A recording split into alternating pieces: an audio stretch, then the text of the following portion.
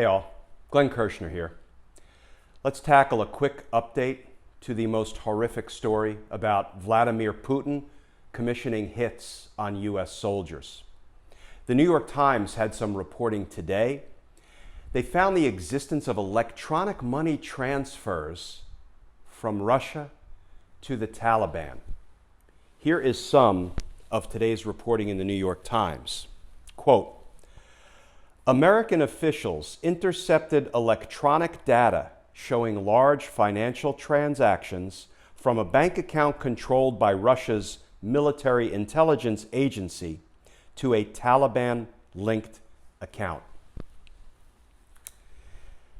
And in case there was any doubt that Donald Trump would be willing to play politics with the safety and security of our soldiers, he cleared that up right quick when he held two separate briefings on this issue. The first one, he invited only Republicans to the White House to talk about this report concerning Putin procuring hits on US troops. At that briefing, he had some of the members of our intelligence community, the head of the CIA, the director of national intelligence. Then the next day, Donald Trump had a separate but unequal briefing for the Democrats. At that briefing, no members of the intelligence community in attendance. So there are at least some Republicans who seem to be willing to stand up to Donald Trump, who seem to be willing to break from Donald Trump in his fealty to Vladimir Putin. Representative Liz Cheney, the third-ranking member in the House, gave an interview to the media. Among other things, here's what Liz Cheney said after being briefed in the White House. Quote, I want our adversaries to know Russia or anyone else targeting our U.S. forces will meet a swift and deadly response. That from Liz Cheney. From Donald Trump, crickets. Not a word of condemnation or criticism for Vladimir Putin. Not a word of support for our men and women in uniform. You know, folks, at this point, it doesn't even matter why Donald Trump is so desperately compromised.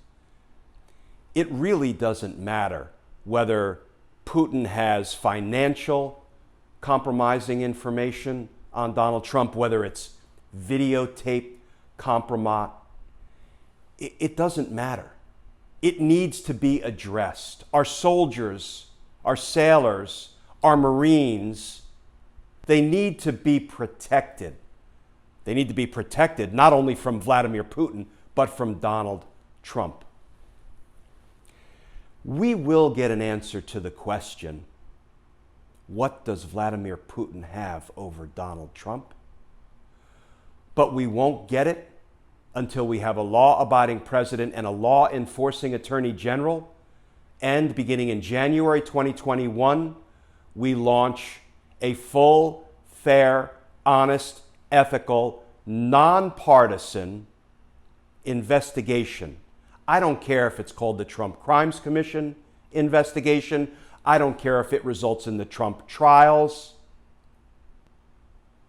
But we will get an answer to the question, why is Donald Trump subservient to Vladimir Putin? Why is Donald Trump unwilling to criticize Putin even after he hears that Putin is virtually PayPaling for hits on our troops, making electronic transfers, not trying to hide it? Boy, doesn't that reinforce that Putin really isn't even afraid of being discovered. Why? Because he has Donald Trump so deep in his pocket that he knows he can get away with anything, including the destruction of America. That's what he believes, and Donald Trump is helping him every day. Yeah, we'll find out why. We'll find out beginning in January when we dig into a criminal investigation of Donald Trump and all of his criminal associates. But for now, the why doesn't matter because it's happening every day and it needs to be stopped. Please get out and vote in November, folks, because it looks like even the safety and security of our soldiers depends on it. Please stay safe. I'll talk to you all tomorrow.